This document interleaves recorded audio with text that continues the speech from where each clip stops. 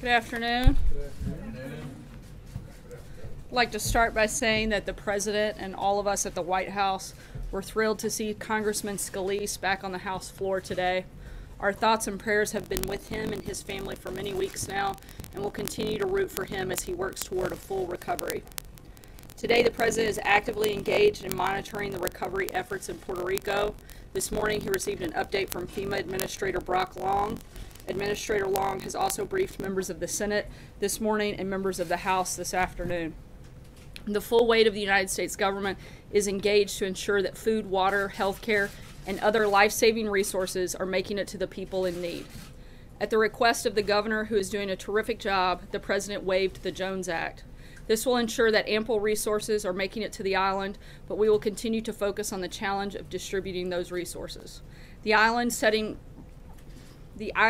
presents logistical hurdles that do not exist on the mainland, where trucks from around the country can converge on disaster areas.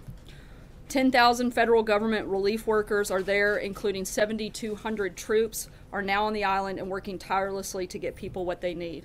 We have prioritized life-saving resources to hospitals and can report that 44 of the island's 69 hospitals are now fully operational.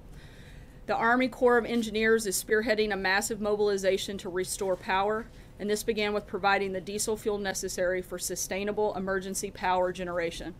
They are also working to restore long-term power generation and distribution around the island. There's a long way to go, but we will not rest until everyone is safe and secure. Our message to the incredible people of Puerto Rico is this: the President is behind you. We all are, the entire country. Your unbreakable spirit is an inspiration to us all. We are praying for you, we are working for you, and we will not let you down. As you all know, the President traveled to Indianapolis, Indiana yesterday to roll out a framework for delivering tax relief to hardworking Americans. Our framework is based on 4 key ideas. First, we will cut taxes for the everyday hardworking Americans. Second, we will make the tax code simple, fair, and easy to understand. Third, we will cut taxes on American businesses to restore our competitive edge and create more jobs and higher wages for American workers. And finally, our framework encourages American companies to bring back the trillions and trillions of dollars in wealth that's parked overseas. Robin Heldman owns a small printing and digital services business in Indianapolis. Robin and her husband Roger bought the business in 1991 and have since tripled in size. They both work full-time in the shop and employ 3 additional people. As Robin describes it, her family is living the American dream. However, Robin feels small businesses in our country have been neglected and, in her words, put on the back burner. But she's now excited about what the President and congressional leaders are proposing. She believes this tax cut will be a boon not just for her small business, but also for her customers. Robin relies on small businesses to take risk and make investments in marketing campaigns that require printing services. Robin is thrilled about the possibility of the tax code being simplified to allow the average taxpayer, such as herself, to save time and money, and that they can invest in their families and their business. People like Robin are at the heart of the President's tax relief plan. To talk more about the tax relief plan, I'd like to bring up NEC Director Gary Cohn, and after Gary takes a few of your questions, we'll also have Tom Bossert up to answer some questions specific to the hurricane relief efforts, and then I'll come up for more general if you guys are insistent and have other topics you want to cover. Thanks. Thanks, Sarah. I was going to make some opening remarks, and I think I won't because you covered a few of them. A couple things I will say is, like, the President's made his goals very clear, what he wants to achieve here with tax reform and cutting taxes in the United States. I think you know where we are in the process. The Group of 6 has been working really well together. We're now in the hands of Congress. We want to go through a normal, regular process, both in the Senate and the House, and we're working well with both tax drafting committees. And the committees will continue to work, and they're working really, really well and really quickly. And we're trying to drive tax reform as quickly as we can. I think you know the basic premise behind it. I'm not going to take you through what we've talked about before. You know, again, a question we get asked a lot, so I'll say it right now. You know, we have to make some basic assumptions right now on where we're going to end up with the brackets. But I'll tell you, based on our assumptions, a typical family earning $100,000 with 2 children that has been a standard deductor who uses the standard deduction continues to use the standard deduction, they can expect a tax cut of about $1,000. That's where we're headed, and that's where we're going to continue to be. And with that, I think I'll open it up to questions and see what's on your mind. Go ahead. Gary, the big criticism, well, there's been some criticisms that it's a giveaway to the rich, but the one criticism that seems to be relevant for your home state, Connecticut, California, other states, is that by eliminating the state and local deduction, there are certain people who will suffer double taxation. These are obviously itemizers. But is that a hard and fast red line with you, or would you be willing to give that up in congressional negotiations? Our plan is based on lowering rates and expanding the base. It's very simple if you think of what we're doing. You expand the base by getting rid of the loopholes that the wealthy taxpayers have used to pay tax on less of their income. So we have designed a plan where you're going to pay a lower rate, but you're going to pay it on more of your income. That is a basic core premise of our plan, and we're committed to it, and we're sticking with it. But the criticism is that there are some people in the middle income for whom this tax cut is supposed to be beneficial because they itemize, who might get hit by that.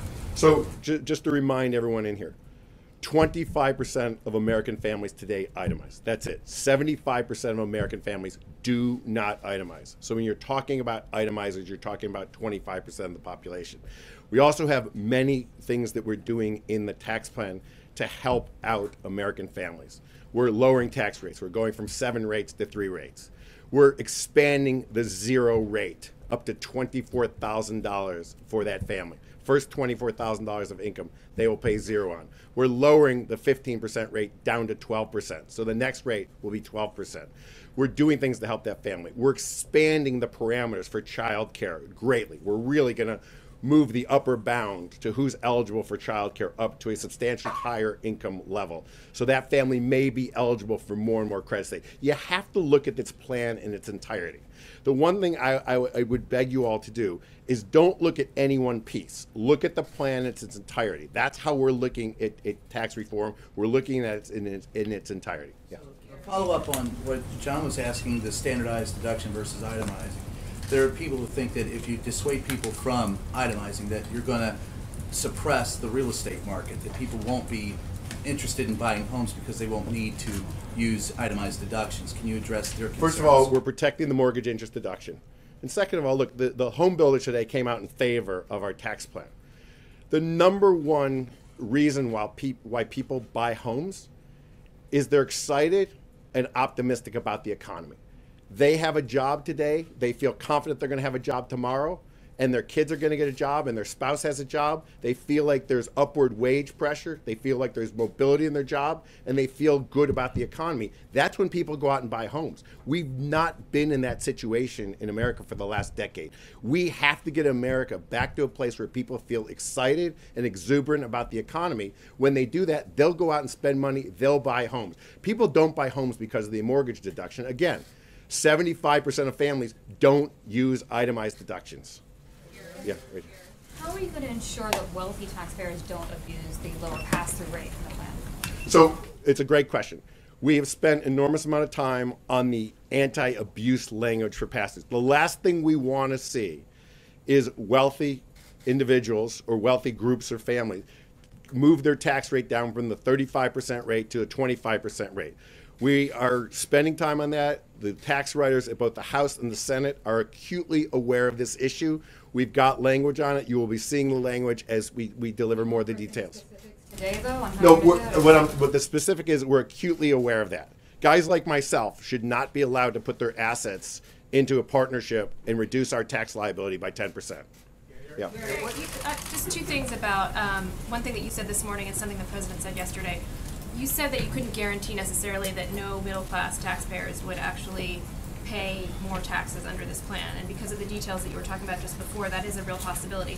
Some of the calculations are that some lower-income people could see a very small cut of a few dollars or not more than that. So is it a red line for you and for the president that all middle-class taxpayers see a cut under this plan? And then secondly, the president said yesterday that this tax cut would not help him. In fact, he said in Indiana that it would be bad for him. But based on what we know, what little that we know about his finances, he'd get a big cut on the AMT. I think he would save something like $31 million. On pass-through income, he'd save $16.5 million. He'd obviously save a lot not paying the estate tax, his heirs would. So how can he say that this is not a plan that would help him? I think what the American people are concerned about is their financial position. I think what they're concerned about is when they go to work every week and they get their paycheck at the end of the week, how much do they get to keep? How much goes in their pocket versus how much goes to the government? How much do they get to spend versus how much do they send to the government? If we allow a family to keep another $1,000 of their income, what does that mean? They can renovate their kitchen. They can buy a new. They can buy a new car. They can take a family vacation. They can increase their lifestyle. That's what our tax plan is to do. Our tax plan is aimed to return more income back to hardworking Americans. That's what we're trying to do here. Speaking of pass-throughs and the president saying that this tax plan wouldn't benefit him, don't you think it would be a good idea if the president proved that by releasing his tax returns? Like I said, what we're trying to do here and what we're all working on the White House is to increase the lifestyle of American citizens, our hardworking citizens that get up every morning and work as hard as any people in the world to try and keep more of their hard-earned income. That's what we're all about. That's what our tax plan is about. Our tax plan is trying to get the economy, to get the growth rate back to a normalized rate above 3%. Yes, we just had a quarter of 3.1% GDP. People didn't think we could get to 3.1% GDP for a while. We're at 3.1. Can we go higher? What does 1% of GDP mean? 1% of GDP means $3 trillion. It more than pays for a tax cut. That's what we're trying to do with our tax plan. Yes. Hey, Gary, if you can't guarantee that all middle-class Americans won't see, or some middle-class Americans won't see their taxes go up, does that contradict the central promise of this plan to help all middle-class Americans? Our tax plan is aimed at making sure we give middle-class Americans a tax cut. We are going to give middle-class Americans a tax cut. That is what we are spending all of our time on doing. And we've got lots of tools at our disposal to make sure we do that, and that's what we're going to do. All of them will see a tax cut? As I said this morning, and I'll say it again, I could read my statement from this morning. I liked it so much this morning. I'd say it to you again. I cannot guarantee that. You could find me someone in the country that their taxes may not go down. Remember, we have 50 states, we have counties, we have cities, we have long-term capital gains, we have short-term capital gains, we have all different types of structures in the tax code. I'll guarantee you, you could find someone in this country, maybe one person who their taxes may not go down. Yeah. Gary, can you walk us through the timeline for how you think the tax rating committees will get through this, and what confidence do you have that given what's happened so far this year on Capitol Hill that they will actually get this done? And secondly, why did you decide to stay at the White House in the wake of Charlottesville? So I'm very confident that the House and the Senate are working as quickly as they can. If you look at Chairman Brady right now and what he's doing in the House Ways and Means Committee, they are working. They came in on Sunday to start working on the tax plan. They continue to work every day. Chairman Brady has said that they will get through the tax plan as quickly as they can. We would hope that we get through the House in October. We would hope to be in the Senate in November, and we'd hope to have a bill done by this year. Why am I here? I'm here just for this reason. Think about the opportunity that I'm involved in with the President Trump in being able to rewrite the tax code, something that hasn't been done for 31 years. The amount of impact that we can have on the U.S. economy and U.S. citizens in changing the forward outlook of the United States, this is a once-in-a-lifetime opportunity, and I would never miss this. Yeah. Gary, one follow on that, and then my question, which was, does that mean when you're done with tax reform that you will no longer be at the White House? Did you mean to imply that? But when you talked about... There are many more once-in-a-lifetime opportunities at the White House. We'd love to hear what would make you stay. On the child tax credit, which we have heard Ivanka Trump talk about, campaign on, can you give us any kind of description as to what that will look like? I know it's still being written, but what is the goal here? Will it be refundable? What are some of the broad outlines? So I think we said in our outline yesterday, if you read it, the existing child care credit is refundable and will stay refundable. The additional money that will be put into the credit will be non-refundable. We want to encourage people to work. We want to have people have taxable income to take the credit against. The size of it, we're still working out. As that is what range in mind. We have a range in mind, yes. Can you give us We're continuing to work on that range. Again, we are working on delivering a large middle income tax cut to American workers, one that they rightfully deserve. Let me go back to the room. Eamon? Thank you. The Committee for Responsible Budget said that the plan will add $2.2 trillion to the deficits. Are they wrong?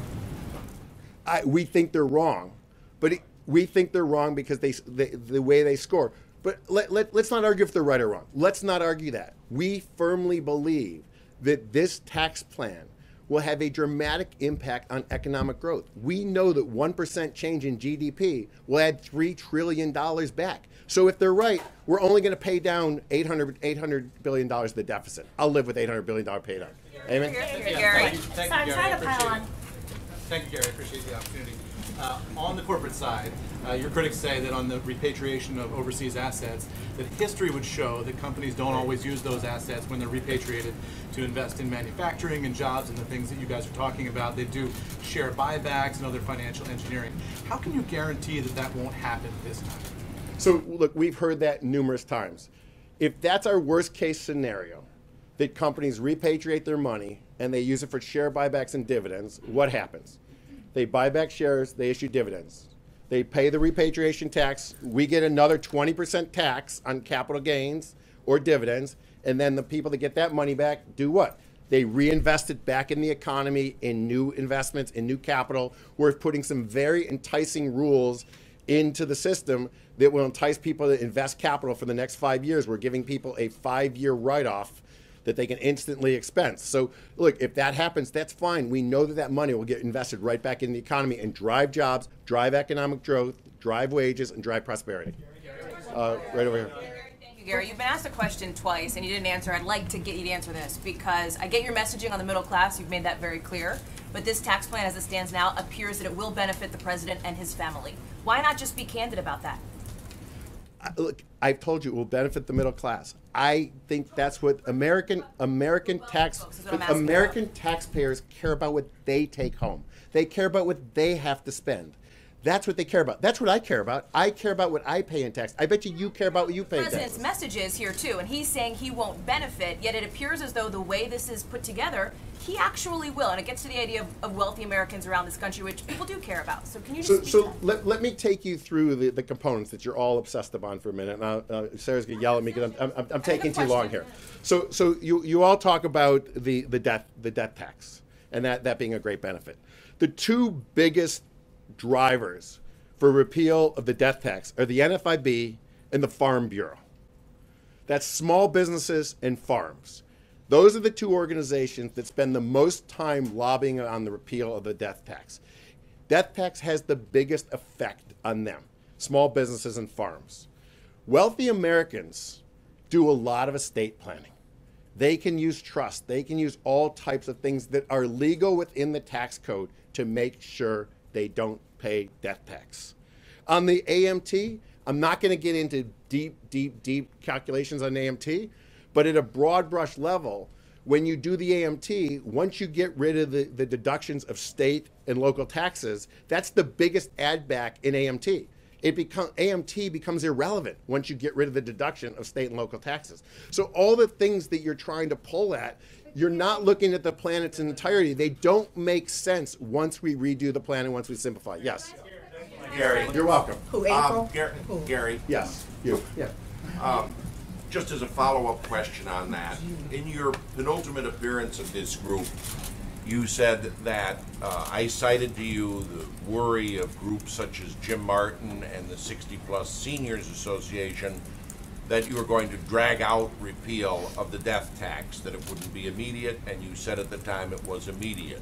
Is that final? Is it going to be an immediate repeal and go off the books as soon as the new tax reform package is passed? In our outline, it's immediate.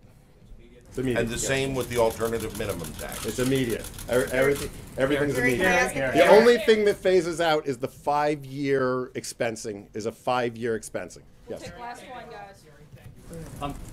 Speaking of small businesses, let's start negotiating, because yesterday Senator Schumer said that Democrats may be willing to work some kind of small business tax relief into whatever comes out of all this. Where do you start negotiating on that? What offer do you want to make, perhaps, to the Democrats? Our offers, our opening offer and our final offer are on the table. We were happy to start at 25, and we're happy to go lower, and we're happy to start at 20 on corporates and go lower. So there's our opening offer. If he wants to counter something lower, we're very negotiable. Thank you. Gary, one more. One more. Thank you, Gary. And The now, boss says I gotta go. now, try to be respectful of y'all's time. We've also got Tom Bossert that'll come up and talk about the hurricane relief efforts and take questions specific to that. And then I'll come up after that. Thanks, guys. Thanks, Sarah. Good afternoon. As you know, President Trump has put people first and paperwork second. He's had us call out and pull out all the stops and promote as much federal relief into Puerto Rico and the U.S. Virgin Islands as we could muster, and we've been ongoing in our efforts to accomplish that, meet his objectives over the last 8 days, and I'm here to take some questions. I know you've heard some reporting from Sarah, so if I could just jump right in, Peter. If I can ask you, first of all, thanks for being here, specifically on the Jones Act, which has been the focus of a lot of attention in the course of the last 24 to 72 hours right now. Critics say the White House should have moved more quickly in waiving the Jones Act, lawmakers among them. Why is that an unfounded complaint? Okay, so it is an unfounded complaint, and here's why. The Jones Act, real briefly stated, is a rule that favors flagged vessels, U.S. flagged vessels. If there are not enough U.S. flagged vessels, the capacity, in other words, to meet the need, then we waive the Jones Act. In this particular case, we had enough capacity of U.S. flagged vessels to take more than or to exceed the requirement in need of diesel fuel and other commodities into Puerto Rico. What happened is, I think almost 17 or 18 days worth of, now what you're seeing, backlogged diesel fuel need in the island. And so, but it was a little bit misunderstood and misreported that we had a capacity problem and had to waive the Jones Act. Not the case. The idea here is that we had provided as many commodities as were necessary to the island. The challenge became then land-based distribution. That remains the challenge. That remains the priority today. However, last night, Governor Rosello called me a little after 8 o'clock and said, at this point, to ensure that the additional needs are met as we move forward, it might be a good idea to proactively make sure that we pull out all the stops just in case that capacity problem ran into the requirement problem. I talked to the president. He thought that was absolutely the right thing to do, and waived it right away. So that was not too late. It was not even too early. It was just the right thing to do proactively. So to be very clear through this point that obviously distribution is one of the biggest challenges. You talked about 44 of 69 hospitals now being up and running as necessary to bring those people whose lives are at risk. What percentage of the country would you say you really haven't had a chance to even explore to see how they've been impacted by this? Yeah, so it's hard to answer the percentage of the country, so I'll answer it this way. Through aerial surveillance, we've seen the entirety of Puerto Rico. Some of the southwest and southeast sections of the island have had a little bit more sparse on-foot exploration, but it's the interior of the island that's presenting the biggest problem for us right now. The mountainous interior is where we're dedicating our efforts to try to get in with rotary wing support. The margins, so to speak, are now open to airports and seaports, so that's where we're freeing up some of that delivery. But again, back to the Jones Act question, we had, up until the waiver last night, enough capacity in U.S. flagged vessels to get all the commodities necessary into the island. We just then ran into the priority challenge of distributing land-based commodities into the people, and that's, if I can pivot before I take the next question, that's a challenge or a function of two problems. First, the capacity of the locals in the state were diminished because those people are victims as well that work for the state and work for the local authorities. And then secondly, the debris and down power lines had to be pushed out of the way. And so we've got the resources there to do that now, but that's the challenge remaining. The central interior is going to be reviewed and looked at very carefully over the next 24, 48 hours to make sure we're getting the needs of the people met. Quick follow-up, Jones, if I could. Had Governor Rosello, Tom, not requested protectively a waiver in the Jones Act, would you have seen a compelling reason to initiate a waiver? I wouldn't have, and I wasn't recommending to the president that he waive the Jones Act at the time until I got the governor's request. And maybe a historical note of relevance. Sometimes we'll see the carriers request the waiver, right? So you'll have foreign flagged vessels or U.S. flagged vessels or carrier companies call us and say, please waive it because there's an issue. We didn't get, to my knowledge, any carrier requests. But once the governor calls and says proactively, as I see out into the future on the horizon, then I think that we should listen to him, and the president completely agreed. So is this just all overhyped in simple terms? Well, perhaps misunderstood. I think there's also some critics that believe that it was a price issue, And for those, I can't answer it. I don't know how the markets price these things, but I can tell you it was already bought and paid for by the U.S. taxpayer in a humanitarian effort. And I think it's an absolutely wise investment to save lives, whether they're U.S. citizens or not. In this particular case, we've got U.S. Virgin Islands citizens, Puerto Rican citizens, all American citizens. I think that's the right investment to make. Whether it could have changed the price point, I don't know. There was an op-ed piece on that. But capacity is the issue. Life-saving requirements, that's the need. And we had that capacity met. So, I'll go to the middle, please. Thank you. Yes, ma'am. Okay, Tom. The need is immediate, and with all of the challenges that are coming, what are the conversations about with airdrops? Just airdropping in certain areas because people are talking about running out of water, running out of food, like in hours or minutes. What's happening with that conversation? And also, once again, an issue of housing. We're hearing about ships, cruise ships. What else is going on with this? So there's a number of things happening. With respect to the distribution of commodities, that is the biggest challenge right now. But the restoration of power is also a big challenge, and I'll tell you why. Energy here, electric power, is supplying the hospitals that are providing medical care to the wounded and those that brought medical conditions and had chelation needs and other needs. So there's a kind of a dual priority going on in terms of power restoration, emergency power, and then blocking, clearing, pushing out of the way all the roads to open them up so we can get commodities delivered. There's still a shortfall there, though, and that is drivers for all those trucks. So we are pushing personnel in to augment state and local authorities to continue to push those commodities. What you saw today, though, I think was some reporting and some loop footage of some trucks sitting on ports and docks. We're moving those trucks quickly. We're also prioritizing what needs to come off first so that we can get generators. Airdrops circumvent all of that, having to rebuild infrastructure, move things away? Yeah, at this point, if airdrops are under consideration, I'm not aware of it, but I would promote it if it's a faster way to get food and water to people who are in need.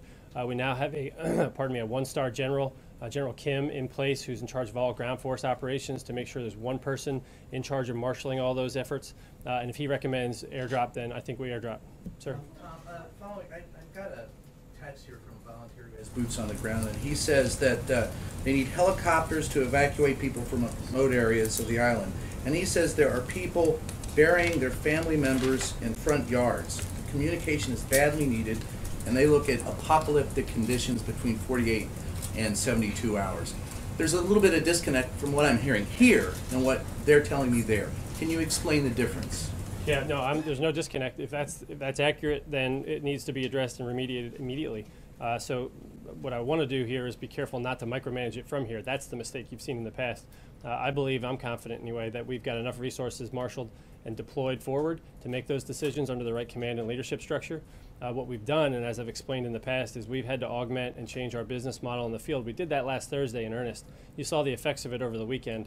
But what we did is said we had to augment the local and state authorities, not just at the top, but all the way out through and to the lower level. So now there are federal officials that are identifying needs and requirements, requesting them of the state level, augmenting the state level to validate those requirements, and then from the federal side providing them. So we are in every stage of the identification, validation, and provision of requirements and the delivery of them to people in need.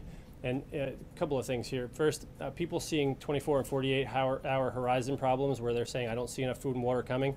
It's my sincere belief that that food and water is going to get to them before that deadline arises, and then we're going to save their lives. I have no doubt in it. We've got over 10,000 people there now, and there's more on their way, including a lot of aerial support, USS Comfort. I'm going to read the numbers here for you. There's 12 Coast Guard cutters, 3 United States Navy ships, 1 DOT Maritime Administration vessel, 6 commercial ships with supplies en route. This was as of 5 a.m., so there's more since. 7 additional ships to house responders. And we've got commodities distribution now exceeding millions. So 1.3 million meals, 2.7 million liters, that type of thing of water. So that's moving in today, and you're seeing the distribution problem unclogged. Now, if there's somebody burying somebody in their front yard, that's an absolutely terrible story. What I don't want to do, though, is project it as the norm. And I think there's a careful distinction here.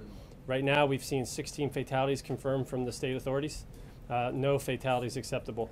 If that number increases significantly, that will be a devastating blow. We are doing everything we can to prevent that. Loss of life from the storm is one thing. Loss of life that's preventable is another, and that's why we're trying to marshal our resources. Ma'am?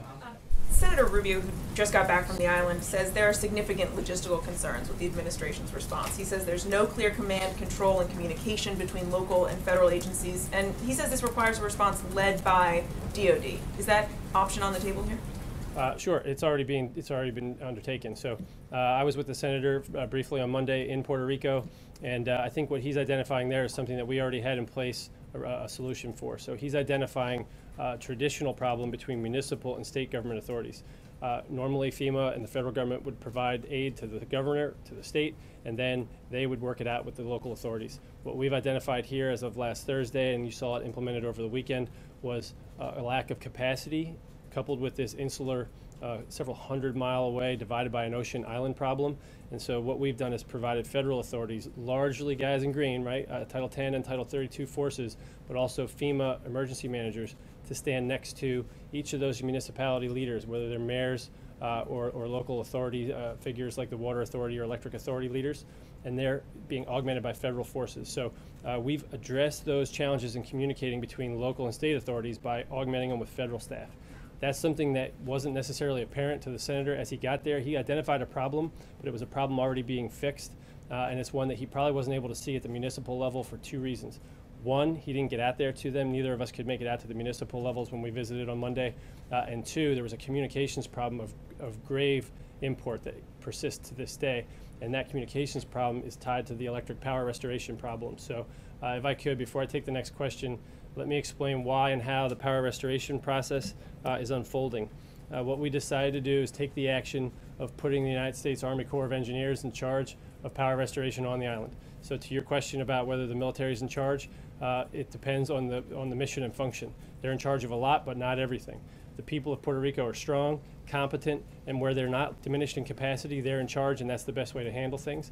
But where they're not able and where they have diminished capacity, we're taking extreme steps. So a direct federal assistance order was given, a mission assignment was given. I've heard others on TV quibble whether it's a mission or not. We make it clear, General Semonite from the United States Army Corps of Engineers has been given a mission to restore power on Puerto Rico, writ large, full stop. He has some priorities. His priorities are temporary power generation right now. That's the big diesel run generators that are supporting the hospitals and other life-saving capabilities. Two, permanent generation. He's going to restore the damaged power generation capacity on the south of the island. Three, transmission. Those are the big lines that transmit power to and from. And then fourthly, distribution. That's the last mile capillaries hook up to the houses and that type of power generation. So those are his priorities. And I'm pretty certain that the Puerto Rican people are going to see the results of the dedicated Army Corps of Engineers mission. Ma'am? Several aid flights have gotten out of South I'm going to call it this, ma'am. If airdrops would help, why are those not happening? Is that a military issue? Is that a problem with them not stepping up? Yeah, it's my belief right now that both the state government and most of the municipalities involved have identified the fastest route as available to them, being ground-based. If that's not the case, then I'm confident, but I want to make sure that I don't step in between something that I could be far removed from.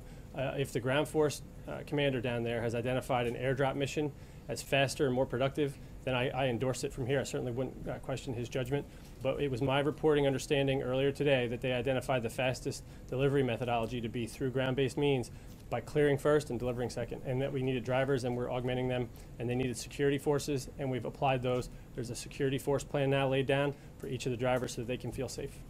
Tom, several aid flights have gotten out of South Florida and managed to get to the island and deliver food and water without having logistical problems. There's severe criticism coming from South Florida now, saying that there's mismanagement coming all the way from the president. Yeah. How do you respond to that? Yeah. Well, I'm not certain who you're talking about or who's criticizing us. There's plenty of criticism to go around, but I'm pretty confident. To get an aid flight into the island and get it unloaded, and he says the problems that you're having logistically are of your own making from not taking action sooner and bringing in the military sooner. Well, first, I thank the mayor for providing aid.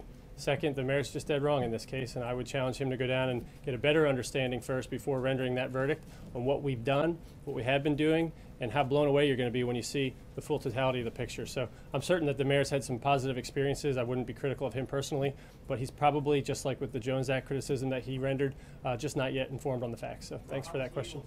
Supplies through, and why is it that there are 10,000 containers waiting at the port of San Juan? Well, to my point earlier, we're getting a lot of supplies through. It's just perhaps some misreporting that misunderstands that fact. Yeah. The president has referenced some of the debt and economic problems that Puerto Rico has been struggling with for some time here. When you were talking about the lack of capacity, municipal and state level, I mean, are you faulting local officials for a lack of preparedness. No, absolutely. No. Let me be clear. When I say capacity, I'm talking about the capacity problem of people being victims that would otherwise be the first responders, repairers, and managers of the municipal government functions. So what we're doing is trying to restore baseline municipal government functions because they've been affected. Their homes are destroyed, their families are put in peril. That's the capacity problem that I'm addressing. When you talk about money, I believe that the island authority in general was Puerto Rico, $72 billion in debt. There's a restructuring effort underway. Congress weighed in with the PROMESA Act, and that $72 billion is being restructured and handled through, in part, bankruptcy proceedings and so forth. So, how is that impacting this response? Because the president brought it up. Well, I think I know the president brought it up in terms of recovery, but here's how it affects the response. What it does is it puts the island in a position where they don't have the financial resources to meet the cost share requirement for all of these goods and resources, personnel, and material flowing into the island. What the president did was acknowledge that publicly and privately, realized that that would be a problem at the advice of the FEMA administrator, myself, and Secretary Duke, and he took the step of doing a 100% federal cost share adjustment to pay for all of this, from debris removal, debris pushing, power restoration, the Army Corps of Engineers, and all the emergency protective measures, police, fire, EMS, truck drivers, all those sorts of things, 180 days, so 6 months for the Virgin Islands and for Puerto Rico until we can get our hands around this. All of those functions, all those missions that I just described are all 100% federal cost share. We don't want anybody worried about paper. We want them worried about people. I'm going to take 2 more questions. So, sir, I wanted to follow that a little bit and ask, as you're starting to envision down the road, if any sort of bailout might be part of the sort of broader recovery package that you'd look for in supplemental. And on that supplemental, I know the first crack at it will be relatively soon. Aides on Capitol Hill are suggesting that it could be the first week in October. Is that the timeline that you're anticipating? Yeah, you started to compile that. As my colleague, Mr. Cohn, alluded to, we're certainly willing to negotiate with Congress if there's some better fiscal idea. From an emergency management perspective in the next coming weeks, it's important to understand that FEMA just got a $7.1 billion appropriation released on October 1st. And what's going to happen now is we're going to go back for more. We're going to ask for that in the form of an emergency supplemental to provide money into the fund that does this life-saving, life-sustaining effort, and even some of the early recovery efforts.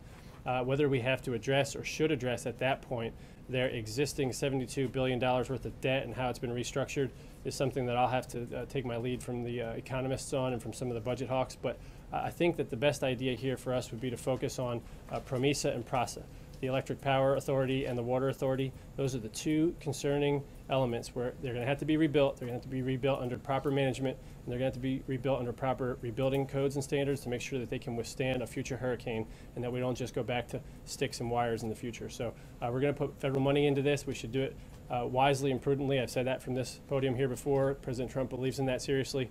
I don't think we're going to have to address the debt restructuring issue in this next go around, but if we do, and if Congress wants us to, President Trump's up to that challenge. I'm going to supplemental. Well, it's going to have to come, I think, in the next 2 to 4 weeks, but I can't put a better date on it. I'd refer you to Director Mulvaney. Let me take one more question here.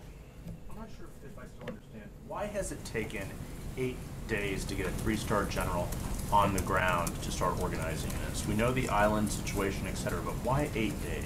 Yeah, well, because it didn't require a 3-star general 8 days ago. Let me explain to you how the process works. It'll be the best way of explaining the answer. We have a 3-star general in charge of this, and we had one in charge of this out of San Antonio from day -8 and day -2 and all the way through until today.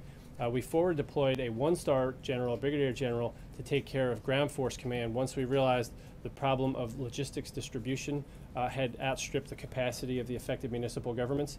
But that 3-star general was there and running and coordinating operations as an extension of NORAD, Northern Command. We've made a number of improvements to that distribution process and that marshaling of military resources since, for instance, General Honore experienced the problems he did in Katrina. We've matured quite a bit since that day. The 3-star command structure that he lacked back then has been put in place and has been in place for this response out of San Antonio and augmented by a Northern Command structure that's been pretty robust and forward-leaning here. They've been doing vocal authorities. They're not waiting for paperwork. They've been doing things that are on command authority. They don't wait for a governor's request. So all those forward-leaning lessons have been applied here, perhaps misunderstood. But now the changed move here on day 8 was to take that 3-star general and to put him there physically located in the field. I don't anticipate he'll stay there long, but he needs to get there, have his eyes on it, and make sure that he's comfortable with the interaction between his forces and the governor and the municipal forces, because it's a little bit of a different business plan model in the field, and because it's unique and it's an island 1,100 or so miles away from the nearest land in Florida. And so once he's satisfied, I think, or would expect that 3-star general to recede back into his appropriate command structure. But for now, both he and his 1-star subordinate command will be there in charge of ground forces and overall military marshal. And we'll end up with a lot more people there over the coming days to try to address this really significant problem and significant need. And if that's okay, I'd like to make that my last question. San Antonio is thousands of miles Yeah. from Puerto Rico. Yeah. Why was it a mistake? Would you acknowledge it was a mistake looking back to not have this 3-star general on the ground earlier? No, not at all. In fact, that doesn't affect the way we stage equipment and the way we handle area command and field operational commands. This is textbook, and it's been done well. The unusual step has been to put the 3-star general down forward leaning. So I have every confidence that we'll handle that in the best way possible. And Peter, if I could, John, I'm going to see if that's my last question. If I can, as I always do, I'm going to end by saying I'd like everyone to say an extra special prayer for the people on Puerto Rico tonight. The U.S. Virgin Islands are dealing well. They're not getting a lot of coverage, but I'd like you to say that prayer for them as well. And also for the 10,000 plus federal workers, several thousand other volunteer workers, businessmen and others, men and women that are helping those in need. Honestly, this is something that is going to require weeks and months worth of patience as we restore power, get food and water, and return to normalcy. So thank you so much for your time. I'm very proud of the Puerto Rican people, their strength and leadership. And Governor Rosello has our full confidence and faith. Thank you.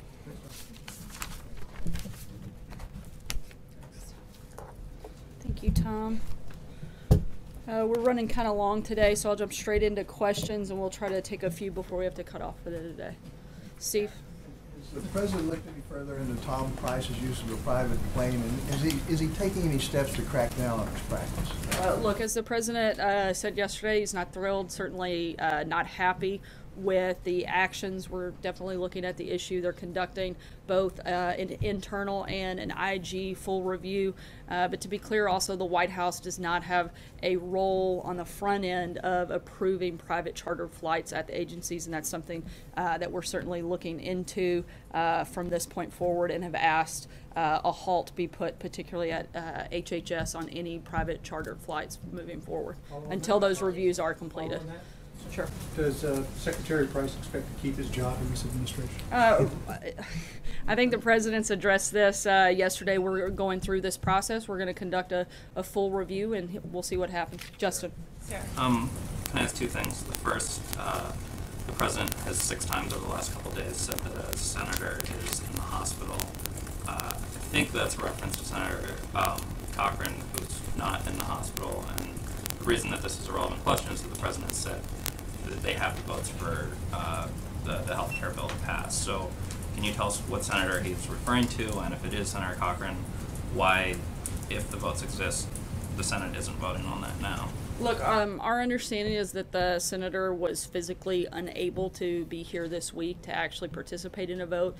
We're glad that he's fully recuperating. The point that we're making is that we have the votes on the substance, but not necessarily on the process, which is why we're still confident that we can move health care forward and get it done in the spring. And the second thing is, obviously the president didn't support Roy Moore in the primary, but he's moved to kind of warmly embrace him since then. But I guess what I'm wondering is, Judge Moore has made a series of controversial comments saying homosexual conduct should be illegal, equating being gay to bestiality, saying that a lawmaker who's Muslim shouldn't be allowed to serve. I'm wondering why those comments shouldn't disqualify him from a presidential endorsement, particularly considering that in the campaign trail, the president promised to be advocates for those groups. As we've said many times before, I'm not going to get into back and forth on political endorsements from the podium, so I'm not going to weigh in on a specific race ahead of time at this point. Matthew. Thanks, Sarah. I want to follow up on that because, as you mentioned, Judge Moore, homosexuality should be illegal. He said that Sandy Hook was some sort of divine retribution. He said Keith Ellison should not be permitted to serve in Congress because he's a Muslim. So without asking about the specifics of the race, does President Trump share any of those views that I just mentioned? And if not, why does he think this person is fit to be a U.S. Senator? Not that I'm aware of. I have not taken a deep dive on every comment that the senator or the Senate nominee has made, but I certainly know where the president stands on those issues and wouldn't see any parallel between the two of them on that front. Are there any beliefs a candidate could hold or actions a candidate could take that if he were still a Republican, the president would not endorse him? I'm not going to get into every potential hypothetical that any potential candidate may or may not have over the course of the time that the president is the president. I know where the president stands on specific issues. That's what I can speak about, not somebody else that's a candidate for another office that's not here. Anita. Go ahead. I think that was Anita. it. Yeah. I didn't get to, Tom did not call on me, so I'm going to ask the question I wanted to understand. He mentioned in response to what Senator Rubio was saying, asking the Pentagon to be in charge, that the Pentagon is in charge of a lot, but not everything. I still don't understand why it's not in charge of everything, or what the response will be to Senator Rubio, who sent a letter over to the president today. Again, we're continuing to work with state officials, including the governor, who, as Tom said, we have confidence in, but we're supplementing and augmenting that with federal resources, including over 10,000 federal employees and a one-star general that's there on the ground on that front. One entity in charge, I guess, is the question. He said many people were in charge of different things. Why is one person not in charge, or one entity? Well, I believe one person is in charge of different parts of this process. The governor is still the governor of Puerto Rico. We're continuing to work with them, be in constant contact, and we have one person in charge of the federal component of that, and that would be the one-star general on the ground working with state officials. Sarah, two questions. One, I know you said the White House doesn't approve charter flights ahead of time, but generally speaking, given the focus of the president on cost saving, like you said, he wanted not just drain the swamp, but he wanted people to spend money in more responsible ways. Is there a policy of the administration for government employees and cabinet members to try to fly commercial? Do they have any guidance? Were they given any guidance as to how they should be traveling? Yeah, we're looking into that. When it comes to military aircraft, that's a part where the White House does actually play a role. And on that front, the Trump administration has actually authorized far fewer flights for senior government officials than the Obama administration did during the same time period. And so we're continuing to look at ways to bring that back under the places where the White House has that direct control and authority, which is under military aircraft, which we've cut back significantly at this point. I just want to follow up on the Roy Moore comments. I know you don't want to talk about the race, but from the podium, do you want to at least condemn some of those sentiments that you said the president, to your knowledge, does not share? I would certainly say we don't agree with those comments, but in terms of whether or not I'm going to get into the back and forth over another candidate, we're here to focus on the president's agenda, and those are the questions and the people that I can answer for. Yeah. Jeff. One more question on Secretary Price's flight. You said the White House was not aware of it, but on at least one of those flights, a senior advisor, Kellyanne Conway, was flying with him on the private flight. Are you looking at that one specifically to see if the White House knew about that? I didn't say we weren't aware. I said the White House doesn't authorize those private charter flights. Again, we're doing a full, not just of that flight, but an internal review at HHS of all private charter flights, as well as an IG review that'll be conducted of all of them, not just any one particular flight. So that'll be very thorough. Julie? If the president, as he's watching this coverage in Puerto Rico, is he satisfied with what he sees as the response here? Is he satisfied in what he's hearing from his advisors, or would he like to see things moving along faster, as some of people on the ground have asked for?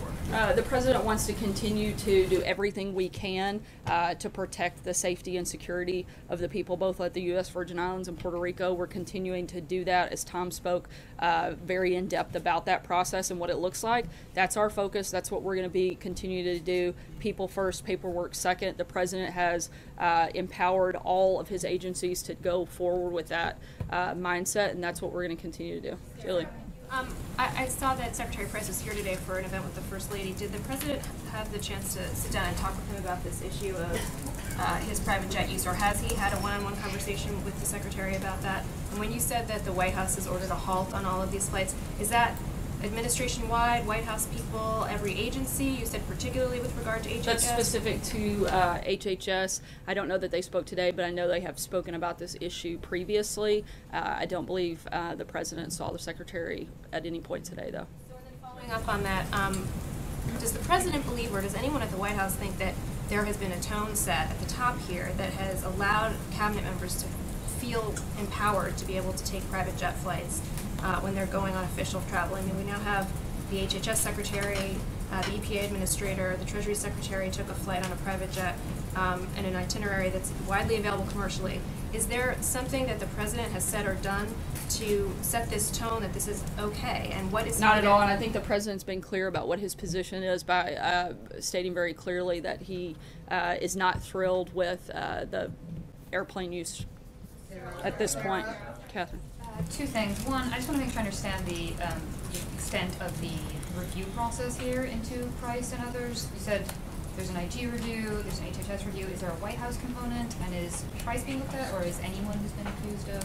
And for HHS specifically, they're conducting an internal review as well as an IG review. The White House is looking at more of an overall, not specific to that department, because there's already 2 reviews taking place there. Okay, also, Sarah, the president said that he would donate personal funds, I think $1 million, to Harvey relief. Is he making any kind of personal donation to Puerto Rico? I haven't talked to him specifically about that, but he didn't make a donation to Harvey Relief. He made a donation to relief organizations, the Red Cross and many others that are part of all of the hurricanes that we've experienced over the last several weeks. And so those organizations aren't limited to a specific, nor those donations, a specific storm, but they go to those organizations that are helping aggressively and intensely in the recovery efforts in the U.S. Virgin Islands and Puerto Rico as well. Peter. A couple housekeeping things. One, we saw Steve Scalise with that emotional remarks at the House chamber today. Did the president speak to him today or yesterday to welcome him back? And can you tell us about that conversation? I know they did speak today. I don't have many details on that, but I'll see if I can get something. But I know he certainly welcomed him back and reminded him that we'll continue to keep he and his family in our prayers for a full recovery. A couple other quick items. Given the extent of the disaster in Puerto Rico right now, is the president considering delaying his trip there scheduled for next Tuesday? As of right now, we feel comfortable with the president taking a trip on Tuesday. If there were any indication that it would halt or disrupt recovery or relief efforts, we would certainly reconsider and pull that trip back. But at this time, the folks on the ground have indicated that it would be helpful for him to be there. Then finally, has Jared Kushner or Ivanka Trump or any other White House staff member taken a private plane ride since they're joining this administration, or been given access in some form to ride along with somebody else on a private plane? I'm not sure about those 2 specific individuals. Have to look. I'd like to ask about Cuba. The CBS is reporting that the U.S. is prepared to announce a major withdrawal of staff and families from the embassy in Havana. Is there anything you can tell us about that, and how would you describe the relationship between Cuba and the U.S. right now? At this point, I'm not going to weigh in on the Cuba stuff and get ahead of any potential action that may take place there, so I don't have anything new to add. Cuba says it warned the U.S. against taking any, quote, hasty actions in a response to these incidents happening in Havana targeting diplomats. How does the U.S. respond to that? Again, we haven't taken any action at this point that I'm going to weigh into any further. When we do that, we'll let you know, but I can assure you that our goal will be on the focus of what's best for this country, not what's best for Cuba. John Decker. Thanks a lot, Sarah. The president, as you know, has said that players who kneel or take a knee during the national anthem ought to be fired. And you yourself have said from the podium in response to a very critical tweet by an ESPN anchor that that individual ought to be fired. You said it was a fireable offense, which brings me to Secretary Price. His extensive use by these private jets, why is that not a fireable offense? It's my first question. And has he offered to reimburse the government in any way for his use of those private jets? I think that's something that we would determine once those reviews are complete. In terms of reimbursement, I'm not sure. I'd have to check and get back to you. April? Sarah, on the taking the knee issue, we're understanding that many of the NFL players are still very upset with this back and forth. I think so are many Americans, far more Okay, Americans than there are NFL players. Can I finish my question, please? Thank you. Many NFL players are very upset. Many people had different ideas and opinions on this, but when the president weighed in, the NFL said we're going to be united. There is an anticipation that it could grow even more so this weekend. What is the president anticipating? What should we expect him to say about this? It's now the NFL against the president. I think the president's made very clear this shouldn't be about the NFL being against the president. This should be about our country coming together to support the flag, support the national anthem. There's nothing wrong with having pride in the United States. This president's been very clear on that, and he's certainly not going to back away from it. Okay, so the NFL players, what we're hearing, it's not about not having pride. They're saying they're patriots. They love this country, but they're challenging the system, and they're looking at history like the challenge of the system when it came to women's rights issues as well as civil rights. What does the president say when you look at history and see how people love this country but wanted to challenge the system to make it better? I think if we're going to look at history, we should look at the thousands of Americans who have given their life to protect that flag, to protect that anthem. We should be celebrating those people. I gave you a chance to answer. I'm going to finish your statement. We should be looking at every way we can to celebrate our country, bring it together, not looking at ways to divide it. The president is simply talking about what we're for, not about what we're against. And certainly this administration will always be for protection and celebration of the flag and the national anthem, and that's not going to change. Sarah, wait a minute, to clarify. Sarah, 1 second, just to clarify on that. I don't think there's much to clarify. Yes, it is. Yes, pretty, this is a big pretty issue. Black and white there. People are very divided on this issue. It is a racial issue for some people, and the question is, when the military issue is brought in, the military goes and fights for the freedoms of this nation, and the players are saying they are thankful for the military service to allow them to have the freedoms to do this. I mean, is there some kind of confusion here, or is it us versus them kind of scenario? It certainly shouldn't be. As I've said several times before, this isn't an us versus them. This should be something that brings our country together. These are symbols of what our country stands for, and this should be the opposite of what that is. This should be a very unifying moment when the national anthem plays. All Americans should be proud to stand up, salute that flag, salute that anthem, and be part of that process. Go ahead. This morning said he believes NFL team owners are afraid of their players. What do you mean by that? Probably the backlash of the players and the stance that they're making, and not wanting to create that conflict within their team. The president is here to lead the country. He feels very strongly about this, as do most Americans, because they certainly agree with him, as we've seen not just in the public support, but also in public polling on that very, very specific issue. Jerome? It has now been 4 days since Angela Merkel was re-elected in Germany. Has the president found time to talk to her? I believe they spoke either yesterday morning or this morning, and we have a readout coming on that, and we'll make sure you guys get that. Thank you very much. Follow up just quickly, 2 quick questions. Follow up on the NFL thing. I may not be the brightest guy in the room. Wait a minute, don't say anything. You said it. Don't say anything. But my question is... But nobody else argued either, so... Nobody's going to argue. But I really don't understand. I understand that he's saying you should stand up. But if a guy's sitting there going, I don't want to stand up, he still recognizes he has the First Amendment right not to, yes? Or is his opinion, he's not, or is he asking us to carve out an exception to the First Amendment for freedom of expression? No, we're not looking for an exception. I think the president's been very clear of what his position is, and he feels very strongly that when the national anthem plays, people should stand up. Okay, and then the follow-up, wait a minute, I had a second question. I did have a second question. The second question was in regards to the private emails that have gone out. As the president admonished any of his staff on that, is he concerned about them using private emails for public business? Yeah, the White House has been clear and instructs all staff to fully comply with Presidential Records Acts. All staff has been briefed on the need to preserve those records, and will continue to do so. Brian? Cochran and the health We'll care make this vote. the last question. You said about Senator Cochran and the health care vote that it was the White House's understanding that Senator Cochran was not able to physically be here this week. Well, Senator Cochran's office has said that there have been plans made for Senator Cochran to come to Washington if there was going to be a health care vote. Was the White House not aware that those plans had been made? That was our understanding, as I said. that the senator was physically unable to be here this week. We're certainly glad that wasn't the case. Thanks so much, guys. We'll be in the office the rest of the day and happy to answer the rest of your questions. Sarah, will you go to the Hefner's funeral?